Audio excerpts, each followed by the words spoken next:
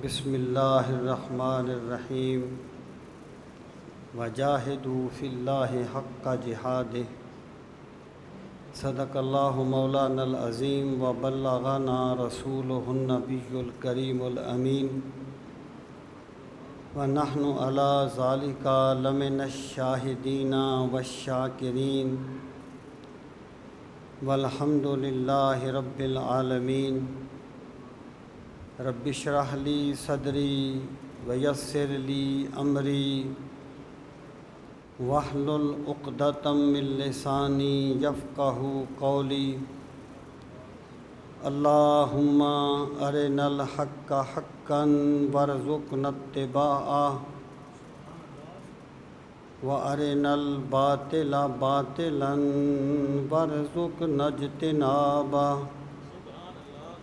اللہم ارنا الاشیاء کما ہی ان اللہ وملائکتہ یصلون علی النبی یا ایہا الذین آمنوا صلوا علیہ وسلموا تسلیما الصلاۃ والسلام علیک یا رسول اللہ وعلی آلک واصحابک یا حبیب اللہ الصلاۃ والسلام علیک یا شفیع المذنبین وعلی آلک واصحابک یا رحمۃ للعالمین صلی اللہ علی محمد عدد ما ذکرہ الذاکرون وعدد ما غفل عن ذکرہ الغافلون۔ ہر لحظہ ہے مومن کی نئی آن نئی شان، ہر لحظہ ہے مومن کی نئی آن نئی شان، گفتار میں کردار میں اللہ کی برہان،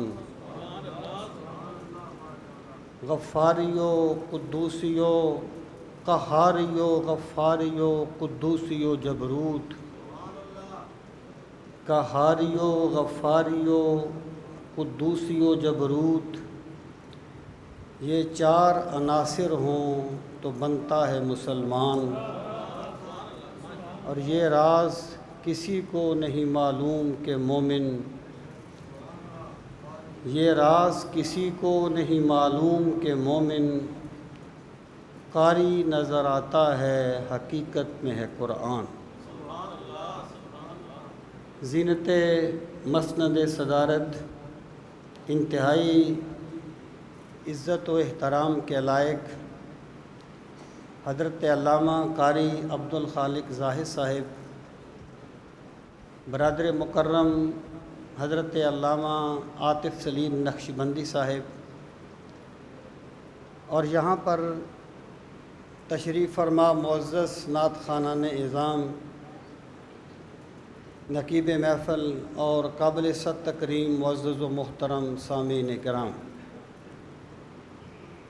آج کا یہ بابرکت پروگرام جو مجددین کانفرنس کے نام سے موسوم ہے، دو عظیم ترین شخصیات کو خراج عقیدت پیش کرنے کے لیے منعقد کیا گیا ہے۔ مجددین کا مطلب ہے دو مجدد، مراد ایک اعلیٰ حضرت عظیم البرکت کشتہ عشق رسول امام احمد رضا خان فاضل بریلوی رحمۃ اللہ تعالی علیہ، اور دوسرے تاجدار گولڑا حضرت پیر سیدنا مہر علی شاہ گولڑوی رحمۃ اللہ تعالی علیہ۔ مجھے یہ حکم دیا گیا کہ میں حضور تاجدار گولڑا سیدنا پیر مہر علی شاہ صاحب رحمۃ اللہ تعالی علیہ کے بارے میں چند گزارشات آپ کی خدمت میں پیش کروں۔ تو میں نے یہ سوچا کہ اگر شخصیت کے سارے پہلو لیے جائیں تو پھر بندہ کوئی ایک پہلو بھی بیان نہیں کر سکتا۔ وہ واصف صاحب نے کہا تھا کہ جب قائد زیادہ ہو جائیں تو سمجھ لیجئے کہ قیادت کا فقدان ہو گیا ہے۔ اگر آپ بہت زیادہ پہلو لیں گے تو گویا آپ نے کسی پر بھی بات نہیں کی۔ اس لیے میں یہ چاہتا ہوں کہ تحفظ ختم نبوت صلی اللہ تعالیٰ علیہ وآلہ وسلم کے سلسلہ میں حضور تاجدار گولڑا پیر سیدنا مہر علی شاہ گولڑوی رحمۃ اللہ تعالیٰ علیہ کی جو بے مثال اور دائمی خدمات ہیں، ان میں سے میں چند چیزیں آپ کی خدمت میں پیش کروں۔ اور میں یہ عرض کروں کہ دیکھیں، صوفی برکت علی صاحب نے کہا تھا کہ کام پر نازا مت ہو، کام لیے جاتے ہیں کیے نہیں جاتے۔ یہ تو ایک اصولی سی بات ہے، ہر کام جو ہے وہ اللہ تعالیٰ ہی بندے سے لیتا ہے، لیکن حضور تاجدار گولڑا کی اس میدان میں جو خدمات ہیں وہ ایک منفرد حیثیت رکھتی ہیں۔ اس سے پہلے تھوڑا سا اس کا پس منظر ہمیں سمجھنا ہوگا تاکہ ہم یہ سمجھ سکیں کہ پیر صاحب گولڑا شریف نے اس سلسلے میں کیا بے مثال خدمات پیش کیں اور کس طریقے سے آپ نے ختم نبوت کے تحفظ کے لیے اپنی خدمات کو پیش کیا۔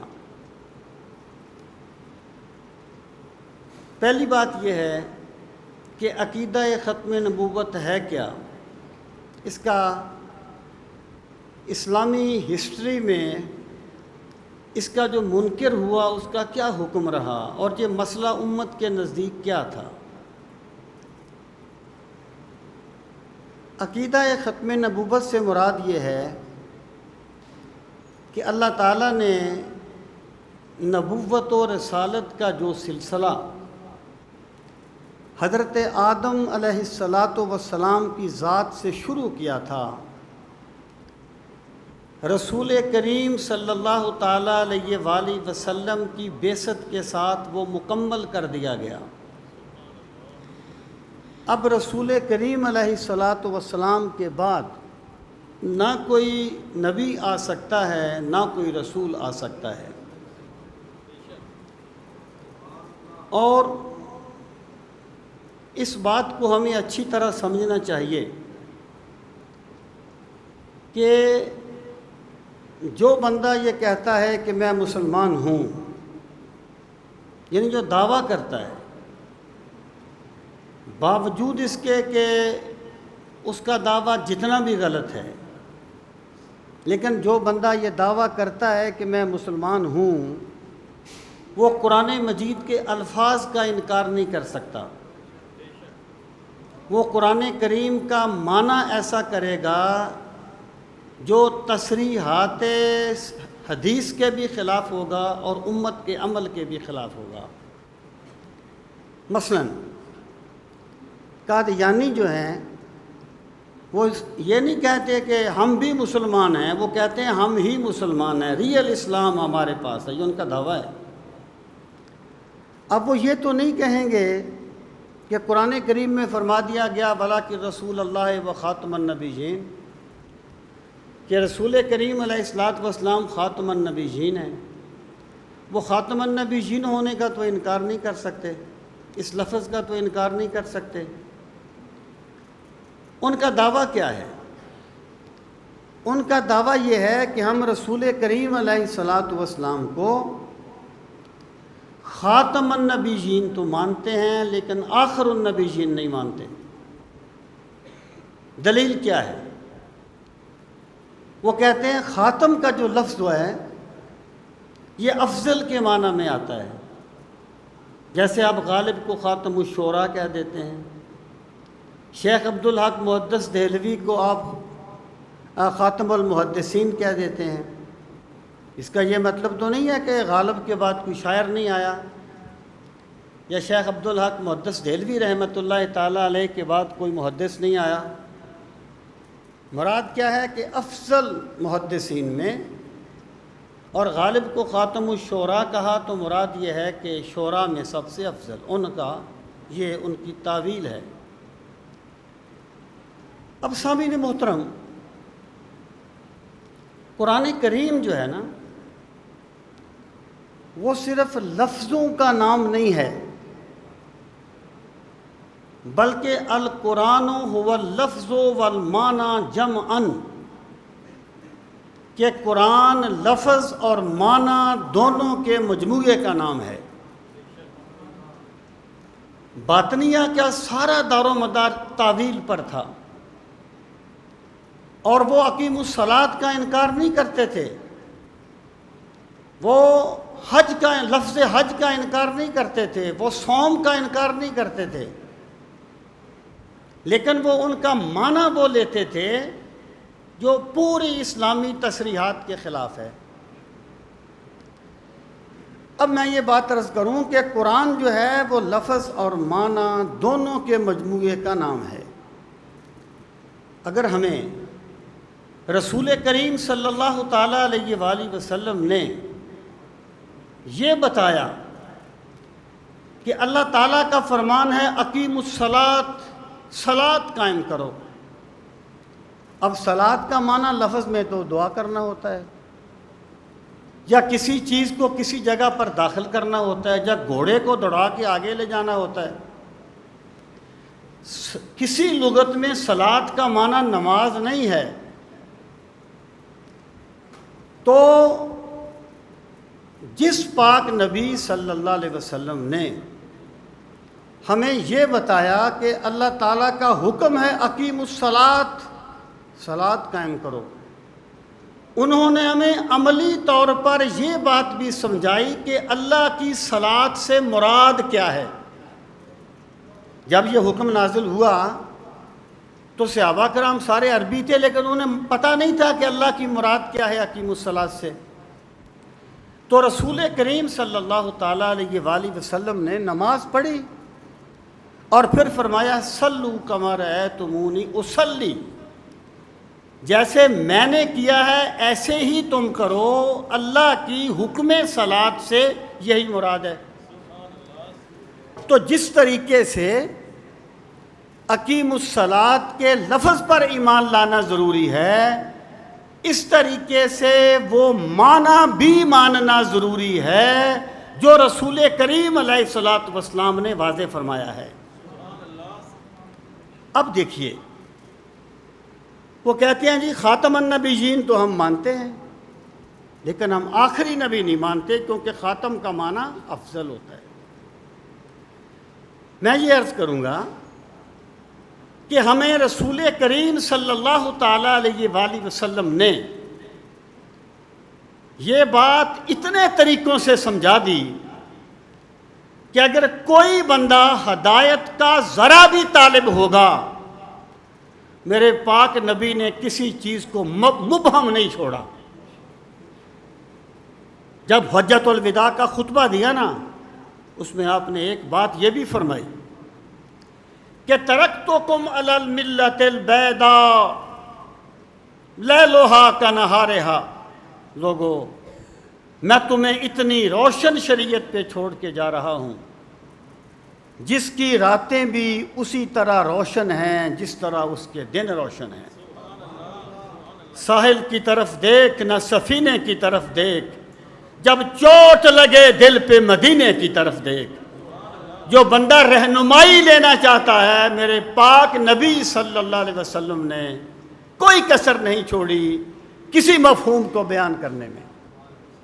اب یہاں تک خاتم النبیین کا تعلق تھا، تو رسول کریم صلی اللہ تعالیٰ علیہ وآلہ وسلم نے متعدد اسالیب سے واضح فرمایا کہ اس سے مراد ہے لا نبی یا بعدی، میرے بعد کوئی نبی نہیں آئے گا۔ بلکہ ایک میں مثال دیتا ہوں آپ کو، یعنی ہوتا یہ تھا کہ پہلا نبی اپنے بعد والے نبی کے لیے زمین ہموار کرتا تھا۔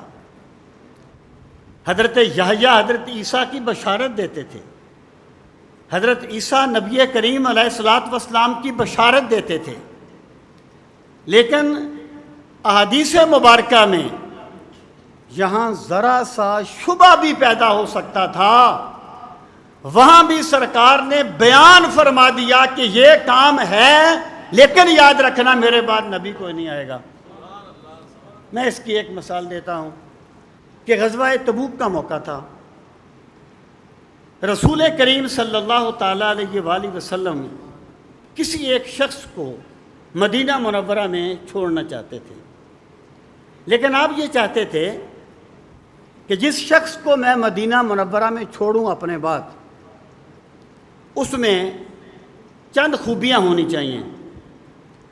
پہلی بات تو یہ کہ وہ اتنا قریبی رشتہ دار ہو، وہ میرا اتنا قریبی رشتہ دار ہو کہ وہ ازواج مطہرات کے گھروں میں جا آ سکے اور ضروریات زندگی مہیا کر سکے، اسی طرح دیگر جو اہل بیت تھے ان کے گھروں میں جا آ سکے۔ ظاہر ہے یہ رشتہ دار کا کام ہے، اور مدینہ منورہ میں منافق بھی تھے،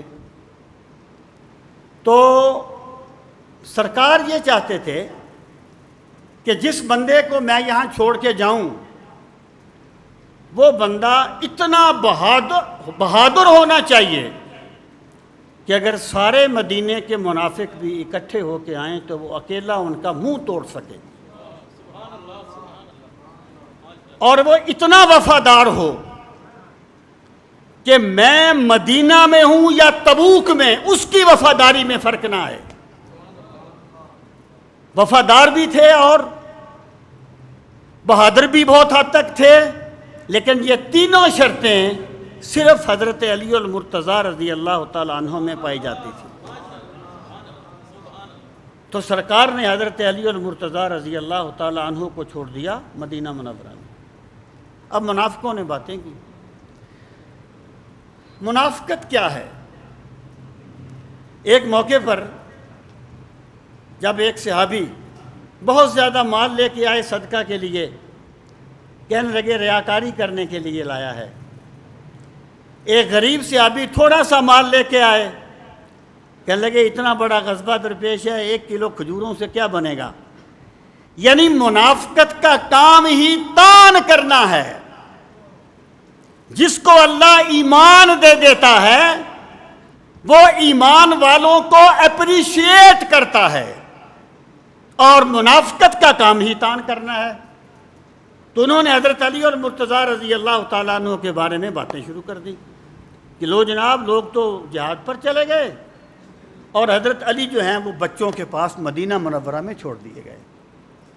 حضرت علی اور مرتضیٰ رضی اللہ تعالیٰ عنہ نے جب ان کی باتیں سنی تو آپ سرکار روانہ ہو چکے تھے، آپ جا کے باہر سرکار سے ملے اور عرض کی، اے اللہ کے رسول صلی اللہ علیہ وسلم، منافق یہ کہتے ہیں۔ آپ نے فرمایا، علی اما تردا ان تکون منی بمنزلۃ ہارون من موسیٰ، اے علی کیا آپ اس بات پہ راضی نہیں ہیں کہ تمہیں مجھ سے وہی نسبت ہو جو ہارون کو موسیٰ علیہ السلام کے ساتھ تھی؟ یعنی حضرت موسیٰ علیہ السلام طور پر گئے، پیچھے حضرت ہارون ان کے جانشین بن گئے۔ پہلے اس بات پہ غور فرما لیں، اس سے خلافت بلا فصل کا استدلال ٹوٹلی طور پر باطل ہے۔ اس کی وجہ کیا ہے؟ اس کی وجہ یہ ہے، سرکار دو عالم صلی اللہ علیہ وسلم کے جانشین حضرت علی اس وقت بنے جب مدینہ منورہ میں نہ ابو بکر تھے، نہ عمر تھے، نہ عثمان تھے، وہ سارے گئے ہوئے تھے سرکار کے ساتھ، پھر حضرت علی رضی اللہ تعالیٰ عنہ جانشین بن گئے۔ تو آپ نے فرمایا، اور دوسری بات یہ ہے کہ حضرت ہارون حضرت موسیٰ کے خلیفہ بنے بھی نہیں تھے، حضرت ہارون کا وصال تو پہلے ہو گیا تھا حضرت موسیٰ سے وادی تیہ میں. تو آپ نے فرمایا کیا تم اس سے راضی نہیں ہو کہ تجھے مجھ سے وہی نسبت ہو جو ہارون کو موسیٰ علیہ السلام کے ساتھ تھی. اب حضرت ہارون بھی نبی تھے، حضرت موسیٰ بھی نبی تھے، تو شبہ پیدا ہو سکتا تھا کہ شاید حضرت علی کو بھی کوئی نبی کہنا شروع کر دے. تو آپ نے فرمایا الا انہ لا نبی بعدی، مگر یہ کہ میرے بعد نبی کوئی نہیں ہوگا.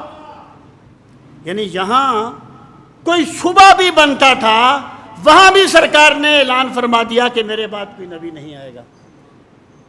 اب سامعین محترم، یہ جو مسئلہ تھا یہ امت میں کسی دور میں اختلافی نہیں رہا، کسی دور میں. اور جو معنی خاتم النبیین کا قادیانیوں نے کیا، میں کہتا ہوں حضرت ابن عباس قرآن کے پہلے مفسر ہیں. 1902 یا 3 میں اس نے نبوت کا دعویٰ کیا ہے قادیانی نے. 1903 تک کی ساری تفسیریں اٹھا لیں، کسی ایک مفسر نے بھی خاتم النبیین کا ترجمہ افضل النبیین نہیں کیا. سب نے خاتم النبیین کا ترجمہ آخر النبیین ہی کیا ہے. یہ مسئلہ اتنا مسلمہ تھا.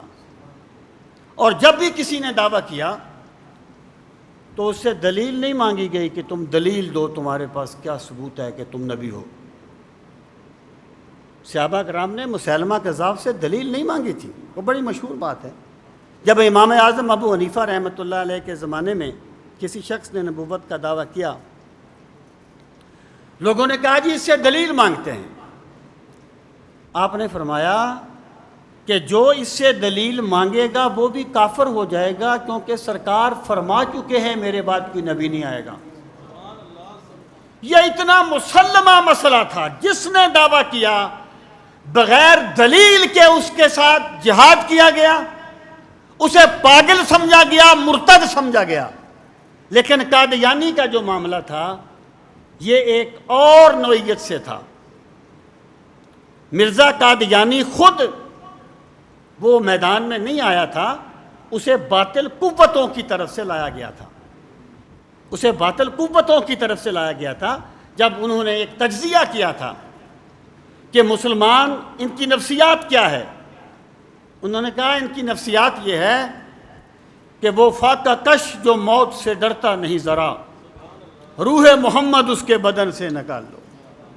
یہ اپنے نبی سے ٹوٹ کے محبت کرتے ہیں، اور سرکار کا اس میں گرامی آ جائے سب کچھ قربان کرنے میں ذرا دریغ نہیں کرتے. اس لیے اس کا کوئی توڑ کیا جائے اور سرکار مدینہ کی محبتوں کو تقسیم کیا جائے. یہ قادیانی اس سازش کا ایک مظہر تھا. اب سامعین محترم، یہ کوئی 1840 کے لگ بھگ پیدا ہوا. مختلف، کبھی یہ کچہری، اس میں سیالکوٹ کی کچہری میں منشی رہا.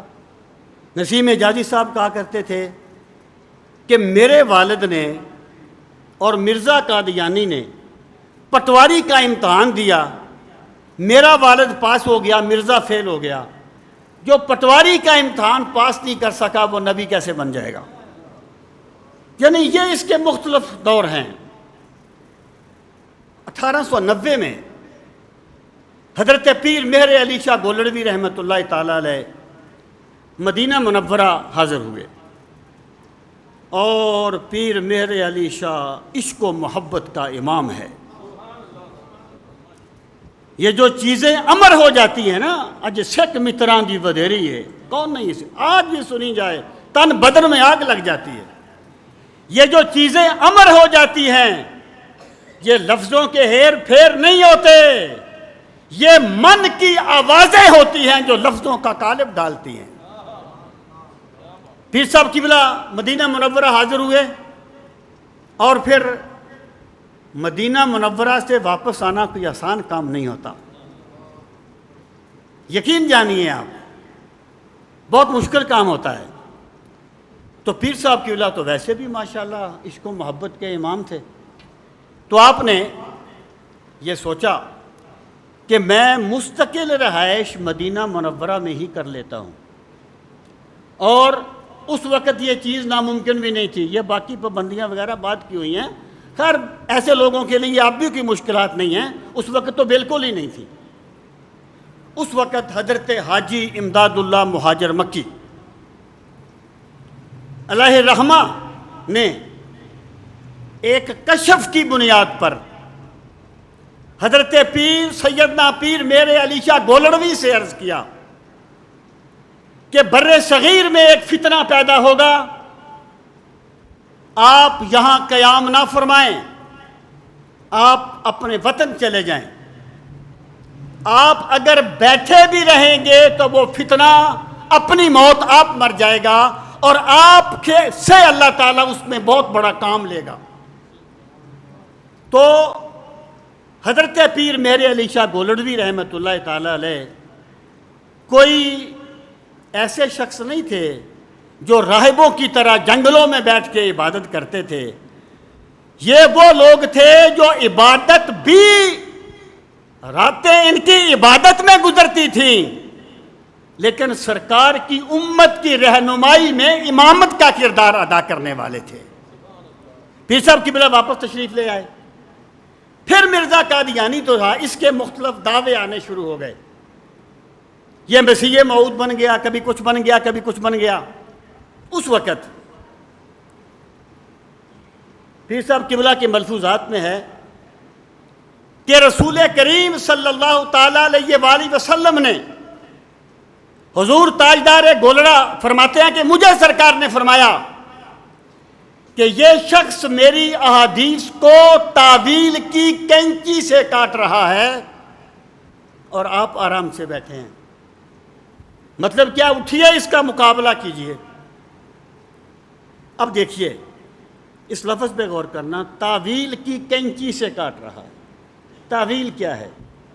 ایک چیز یاد رکھیں، جیسے میں کہا کرتا ہوں نا کہ بعض مذہب صرف لفظوں پر قائم ہے، دلیل پر نہیں۔ جیسے رفض ہے، لفظوں پر قائم ہے، دلیل پر نہیں ہے۔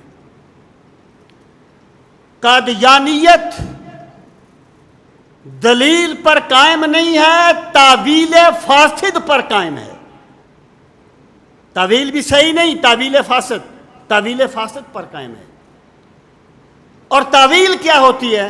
مختصر لفظوں میں آپ یہ غور فرما لیں کہ تعویل کا مطلب یہ ہوتا ہے کہ کسی رکاوٹ کی وجہ سے، جس کو قرینہ مانعہ کہتے ہیں، کسی رکاوٹ کی وجہ سے ایک لفظ کا ظاہری معنی چھوڑ کے اس کا باطنی معنی مراد لینا تعویل کہلاتا ہے۔ مثلا کہ دیکھیں قرآن مجید میں تعویل کی جاتی ہے لیکن ہر جگہ نہیں، وہاں یہاں کوئی قرینہ مانعہ ہوتا ہے۔ قرینہ مانعہ کیا؟ کوئی ایسی دلیل جو اصلی معنی لینے سے روکتی ہو۔ مثلا قرآن کریم میں ہے من کان فی ہذہ الاعمی فہو فی الآخرۃ اعمی واضل سبیلا، کہ جو اس دنیا میں اندھا ہے وہ آخرت میں بھی اندھا ہوگا اور بہت بھٹکا ہوا ہوگا۔ اب مجھے بتائیے اگر ایک بندہ نابینا ہے تو اس کا کیا قصور ہے کہ وہ آخرت میں اندھا ہو کے اٹھے گا؟ ہم یہاں اعمی کے لفظ کو پھیریں گے تعویل کی طرف کہ یہاں اعمی سے مراد آنکھوں کا اندھا نہیں ہے، دل کا اندھا ہے، اس کو تعویل کہا جاتا ہے۔ تو تعویل حق ہے، لیکن تعویل تصریحات کی روشنی میں کی جائے گی۔ دیکھیں نا، ایک بندہ یہ کہتا ہے کہ بھی میرا کوئی بیٹا نہیں ہے، اس نے واضح کر دیا نا۔ اب وہ کسی بچے سے کہتا ہے بیٹا مجھے پانی کا گلاس دینا، اب ایک بندہ کہے کہ اس کا تو بیٹا ہے، دیکھو اس نے اس کو بیٹا کہا تھا، فلاں لوگوں تو اٹھا لو، بیٹا کا معنی یہ ہوتا ہے۔ وہ بھئی پاگل کے بچے، جب اس نے صاف لفظوں میں کہہ دیا کہ میرا کوئی بیٹا نہیں ہے، اب تمہیں بیٹے کے لفظ کو مجازی معنی میں کرنا ہوگا، تمہیں اس کی تعویل کرنی ہوگی۔ تو قادیانیت کا سارا مذہب تعویل پہ قائم ہے، اور قادیانیوں نے تعویل کا سبق بہائیوں سے سیکھا ہے۔ اس کا استاد بہاءاللہ ہے جو اس سے بھی بڑا مکار تھا، اس سے بھی بڑا دجال تھا، اس نے تعویل اس سے سیکھی ہے۔ مثلا میں آپ کو مثال دیتا ہوں، جیسے خاتم النبیین کی تعویل کر دی افضل النبیین۔ حضرت عیسیٰ کے بارے میں آتا ہے کہ جب وہ آئیں گے تو وہ 2 چادریں پہنے ہوئے ہوں گے، دو چادریں اوڑھے ہوئے، بڑی دلچسپ اس کی وہ باتیں ہیں، بات لمبی ہو جائے گی. دو چادریں اوڑھے ہوئے ہوں گے. اب جب اس نے کہا کہ چادریں اوڑھے ہوئے ہوں گے، اس نے کہا جی مجھے دو بیماریاں ہیں، ایک بیماری سر سے یہ دھڑ تک ہے، دوسری دھڑ سے نیچے پاؤں تک ہے. تو دو چادروں سے مراد دو بیماریاں ہیں. اس کو کہتے ہیں تعویل فاسد. پھر کہا گیا وہ تو کافروں میں آئیں گے، یعنی وہاں تو کافروں کا غلبہ ہوگا. انہوں نے کہا یہاں کے جو لوگ ہیں یہاں یہ کافروں کا مزاج رکھنے والے ہیں. تو اس کا سارا جو کاروبار تھا وہ تعویل پر قائم تھا، تعویل فاسد. اب دیکھیے سامعین محترم، پیر سیدنا پیر میر علی شاہ گولڑوی رحمۃ اللہ تعالی علیہ نے، یعنی جو بندے ان چیزوں سے وابستہ ہوتے ہیں نا، جن کا کام ہی یہ ہوتا ہے، وہ مختلف لوگوں کو پڑھتے ہیں. بہت سے ایسے بھی لوگ ہیں جن کے مسلک سے مجھے شدید اختلاف ہے، لیکن بعض مسائل میں مجھے ان کی رائے بڑی اچھی لگتی ہے، بڑے شدید اختلاف کے باوجود. مرزا قادیانی جو ہے نا، آپ یقین جانیں اس کے کتابوں میں مجھے کوئی جان نظر نہیں آتی. شورش کشمیری نے کہا تھا یہ جو کچھ لکھتا ہے یہ اس کا قلم الٹی کرتا ہے، کیا کرتا ہے. میں کہا کرتا ہوں یہ چند چیزوں کی جگالی کرتا ہے، جگالی. یہ قادیانیت جو پھیلی تھی یہ دلیل کی بنیاد پر نہیں پھیلی تھی. قادیانیت اس طرح پھیل گئی تھی کہ مرزا جو تھا یہ ایک شعبدہ باز آدمی تھا، شعبدہ باز آدمی تھا. اور آپ جانتے ہیں اللہ تعالیٰ نے انبیاء کو معجزات بھی دیے ہیں، دلائل بھی دیے ہیں. دین جو ہوتا ہے نا، دین،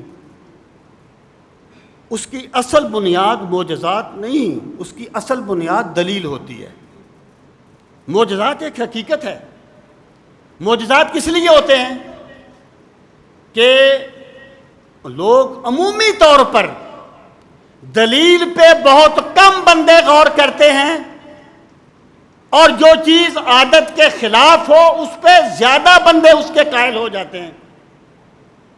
ایک عیسائی آ جائے نا، عیسائی کوئی کافر آ جائے اور بندے کے سامنے ایک مٹی کے ڈھیلے کے کوئی پرندہ بنا دے تو لوگ اس کو بھی ولی سمجھنے میں دیر نہیں کرتے. مرزا قادیانی کا جو کاروبار تھا نا، سارے کا سارا دلیل کے میدان میں تو اس کی کوئی حیثیت نہیں تھی. اگر اس نے کہیں بھونگی مارنے کی کوشش کی ہے تو پیر میر علی شاہ نے اس کا منہ توڑ کے رکھ دیا ہے. جیسے آپ نے حیات المسیح پر وہ کتاب لکھی، پھر سیف چشتیائی لکھی. مرزے کا جو کاروبار تھا وہ چلتا تھا شعبدہ بازیوں پر. اب میں آپ سے یہ بات عرض کروں کہ میں یہ کہا کرتا ہوں کہ اگر میری قوم یہ جان لیتی کہ معجزہ اور استدراج میں کیا فرق ہوتا ہے تو وہ مرزے کو کبھی نبی کیا ایک اچھا انسان بھی نہ مانتی. یعنی پرابلم یہ ہے کہ یہاں پر تو ہر خرقِ عادت چیز کو عقیدت کی نظر سے دیکھا جاتا ہے. دیکھیں بڑی سمپل سی بات ہے کہ اگر کوئی چیز خلاف عادت کسی نبی سے ظاہر ہو اس کو معجزہ کہتے ہیں، اور نبی میں دعویٰ نبوت شرط ہوتا ہے. اگر وہ چیز کسی ولی سے ظاہر ہو تو اس کو کرامت کہتے ہیں، ولی کبھی دعویٰ ولایت نہیں کرتا. اگر وہی چیز کسی کافر سے ظاہر ہو تو اس کو استدراج کہا جاتا ہے، استدراج. اور یہ علامہ عبدالعزیز پرہاروی کہتے ہیں یہ بڑا نازک مقام ہوتا ہے. جب حضرت موسیٰ کے مقابلے میں آئے تھے نا جادوگر، تو حضرت موسیٰ نے اپنا عصا پھینکا تو اژدہا بن گیا، لیکن اپنی رسیوں کو تو چھوٹے چھوٹے سانپ انہوں نے بھی بنا دیا تھا نا. تو جادوگروں کا یہ عمل استدراج کہلائے گا، اور حضرت موسیٰ کا یہ عمل معجزہ کہلائے گا. بھائی معجزہ تو نبی کا فعل ہے، اور کرامت ولی کا فعل ہے. کرامت تبھی ہوگی جب ایمان ہوگا، معجزہ جبھی ہوگا جب نبوت ہوگی. لیکن یہ بات گراؤنڈ ریالٹی یہ ہے. مثلا میں آپ کو مثال دیتا ہوں. جب حضرت خواجہ معین الدین اجمیری تشریف لائے اجمیر میں، وہ جادوگر آ گئے، وہ آ کے جناب ہوا میں اڑنے لگے. تو پھر خواجہ صاحب نے کیا کیا؟ آپ نے اپنے نالین پاک کو اشارہ فرمایا. جادوگر فضا میں اڑتے تھے، میرے خواجے کی نالین پاک اڑی اور جا کے ان کو پیٹا، وہ زمین پہ آ گئے. اگر جادوگر ہوا میں اڑتے اور خواجہ صاحب کہتے بھی مجھ سے دلیل سے بات کر لو، تو کیا لوگ مانتے تھے اس بات کو؟ کوئی مجھ جیسا مولوی ہوتا، کوئی آئے تو میں کہوں گا نا دلیل سے بات کرو. لیکن مرزے کی شوبدہ بازیوں کے سامنے، اور میں کہا کرتا ہوں اگر پیر میرے علی شاہ اس وقت میدان میں نہ آتے اور ہمہ جیت موصوف کی شان سے نہ آتے تو یہ سیلاب صرف علماء سے رکنے والا نہیں تھا، کیونکہ وہ شعبدہ بازیوں کی بنیاد پر تھا. اب پیر صاحب قبلہ نے کیا کیا کہ جیسے اس نے دعویٰ کیا، دیکھیں جو کرامت ہوتی ہے نا، کرامت، اس کو اہل تصوف حیض الرجال کہتے ہیں، حیض الرجال. اور حضرت شیخ عبد القادر جیلانی فرماتے ہیں سر الاسرار میں کہ ولایت کے 1000 مقامات ہیں اور کرامت پہلا مقام ہے. صوفیاء کرامت پہ ناز نہیں کرتے، لیکن صوفیاء کرامت وہاں دکھاتے ہیں یہاں ہدایت کرامت پہ ڈیپینڈ کرتی ہے. اب آپ دیکھیے کہ مرزا قادیانی نے جو دعوے کیے تھے اس کا حل ہی یہ تھا کہ اسی انداز میں جواب دیا جائے جس انداز میں وہ بات کر رہا تھا. اب ایک مرتبہ جب اس نے پہلے کہا کہ آؤ جی لاہور میں مقابلہ کرتے ہیں، پیر صاحب قبلہ نے فرمایا ٹھیک ہے. وہ موقع تھا جب تمام مسالک، دیوبندی ہوں، اہل حدیث ہوں، شیعہ ہوں، تمام مسالک نے حضرت پیر مہر علی شاہ کو اپنا قائد مانا تھا، کیونکہ یہ اتنی بڑی شخصیت تھی کہ جس کی عظمت کو ہر بندہ جانتا تھا. اور جب مرزا وہاں نہیں گیا، باوجود اس کے اس کا اپنا چیلنج تھا، اس وقت پھر کچھ قادیانی آپ کے پاس آئے، پیر صاحب قبلہ کے پاس قادیانی آئے، کہنے لگے حضرت دلائل تو الجھ گئے ہیں، آپ کچھ کہتے ہو، مرزا صاحب کچھ کہتے ہیں، ہم کیسے لوگ تو الجھ جاتے ہیں نا جی، ہم کیسے فیصلہ کریں؟ آپ نے فرمایا تم کیا چاہتے ہو؟ کہنے لگے ہم یہ چاہتے ہیں کہ 2 لولے لنگڑے اپاہج معذور مریض لائے جائیں، ایک کے لیے آپ دعا کریں، ایک کے لیے مرزا جی دعا کریں. جس کی دعا سے لولا لنگڑا چلنے لگ پڑے وہ سچا ہوگا. اب ان کا خیال یہ تھا کہ پیر صاحب بھاگ جائیں گے، لیکن پیر میرے علی شاہ صاحب خود نہیں آئے تھے، انہیں سرکار مدینہ نے بھیجا تھا. آپ نے فرمایا جا کے مرزا صاحب سے کہہ دو کہ اگر مقابلے میں آ کے مردے بھی زندہ کرنے ہیں تو مہر علی حاضر ہے. نہ وہ آیا، نہ اس نے آنا تھا، نہ وہ آ سکتا تھا، لیکن قادیانیوں کو پتہ چل گیا کہ جو بندہ اس امت کے ولی کا مقابلہ نہیں کر سکتا وہ نبی کیسے ہو سکتا ہے. اور بہت سے لوگ اس وقت تائب ہوئے تھے. حضرت پیر مہر علی شاہ صاحب رحمۃ اللہ تعالیٰ علیہ جو ہے نا، ہماری ایک بدقسمتی ہے اہل سنت کی بالخصوص. دیکھیں ذوق ہوتا ہے، ذوق علمیت نہیں ہوتی، اور ذوق کسی سوال کا جواب نہیں دے سکتا. ذوق کو ذوق کے درجے پر رکھو، علمیت کو علمیت کے درجے پر رکھو. اگر پیر مہر علی شاہ گولڑوی نے سرکار کی تعریف میں بے مثال نعتیں لکھی ہیں تو پیر مہر علی شاہ نے شمس الہدایہ بھی لکھی ہے، انہوں نے سیف چشتیائی بھی لکھی ہے، انہوں نے وما اہل بہ لغیر اللہ بھی لکھی ہے۔ یہ جو پیر مہر علی شاہ صاحب کا یہ جو کام ہے نا، اگر اس کو سمجھ لیا جائے تو بندہ گمراہیوں سے بچ جاتا ہے، کیونکہ یہ وہ بطل جلیل ہے اسلام کا جو چھوٹی سی کتاب میں اتنے بڑے بڑے حقائق سمو دیتا ہے کہ جو سینکڑوں صفحات کی کتابوں میں نہیں بیان کیے جا سکتے۔ اب دیکھیے، پیر صاحب قبلہ نے ایک اس وقت اسے یہ بھی چیلنج دیا تھا، آپ نے فرمایا کیونکہ آپ یہ ثابت کرنا چاہتے تھے کہ بھئی یہ تم جو اس کو نبی مانتے ہو، یار نبی جو ہے وہ چلو انبیاء میں مختلف درجات ہیں، لیکن نبی جس بھی درجے کا ہو نبی تو ہے نا، اس کا اللہ سے رابطہ تو ہے نا، وہی سے اس کا تعلق تو ہے نا۔ تم جس کو نبی مان رہے ہو، جب وہ ایک امت کے ولی کا مقابلہ نہیں کر سکتا، خود سوچو وہ نبی کیسے ہو سکتا ہے، وہ نبی کیسے ہو سکتا ہے؟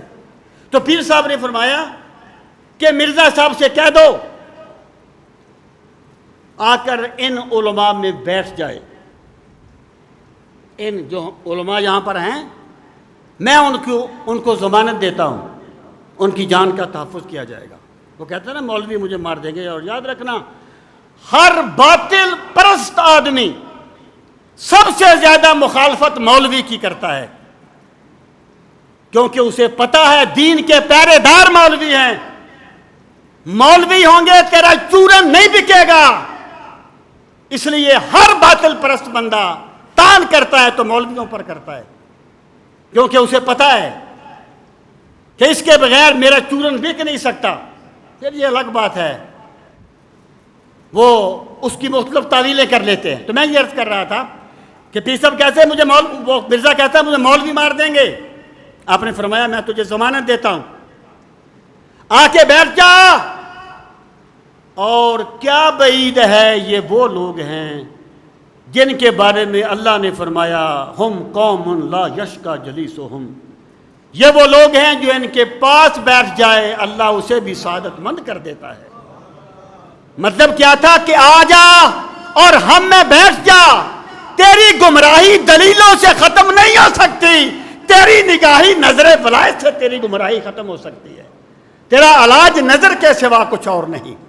اور جب پیر صاحب نے ایک مرتبہ یہ فرمایا کہ مرزا سے کہہ دو، یہ میں اس لیے آپ کو بیان کر رہا ہوں کہ یہ باتیں اس لیے آپ نے ان کرامات کا ظہور کیا کہ یہ اس کے استدراج کا جواب ایسے ہی بن سکتا تھا۔ کتابیں کس نے پڑھی ہیں جناب؟ کتابیں تو آپ دیکھ لیں، امانت داری سے پوچھے علماء سے کس نے پڑھی ہے سیف چشتیائی، اور کس کو سمجھ آتی ہے، اور کس نے پڑھی ہے شمس الہدایہ۔ یہ چیزیں وہ تھیں جو لوگوں کو اپیل کرتی تھی۔ تو آپ نے فرمایا مرزا جی سے کہہ دو میں یہاں بیٹھا ہوں، ایک مرتبہ صرف ہمارے سامنے سے گزر جائے، میں دیکھتا ہوں اپنے باطل دعوے پہ کیسے قائم رہتا ہے۔ لوگوں نے کہا حضرت بعد میں بہت بڑا دعویٰ کیا، آپ نے فرمایا کٹا قلعے دے زور تے کدائے، مطلب کیا یہ بات میں نے خود نہیں کہی، مجھے کسی سے کہلوائی گئی ہے۔ تو حضور تاجدار گولڑا رحمۃ اللہ تعالی علیہ نے ختم نبوت کے تحفظ کے لیے ہر طرح کی خدمات سر انجام دی ہیں۔ اس نے کتاب لکھی، آپ نے کتاب لکھی، کتابیں لکھی، منہ توڑ جواب دیا۔ اس نے مناظرے کے لیے بلایا، وہ نہیں آیا، آپ تشریف لے گئے۔ اس نے کہا تفسیر لکھنی ہے، تفسیر لکھتے ہیں۔ آپ نے فرمایا اس امت میں ایسے ولی ہیں جو اگر قلم کو حکم دے دیں تو قلم خود لکھ دے گا۔ تو آپ نے مرزا کی بطلان کو ہر طریقے سے واضح کر دیا۔ اللہ تعالی ہم سب کو اولیاء اللہ کی تعلیمات اور ان کے پیغام کو سمجھنے کی توفیق نصیب فرمائے۔ وما علینا الا البلاغ المبین۔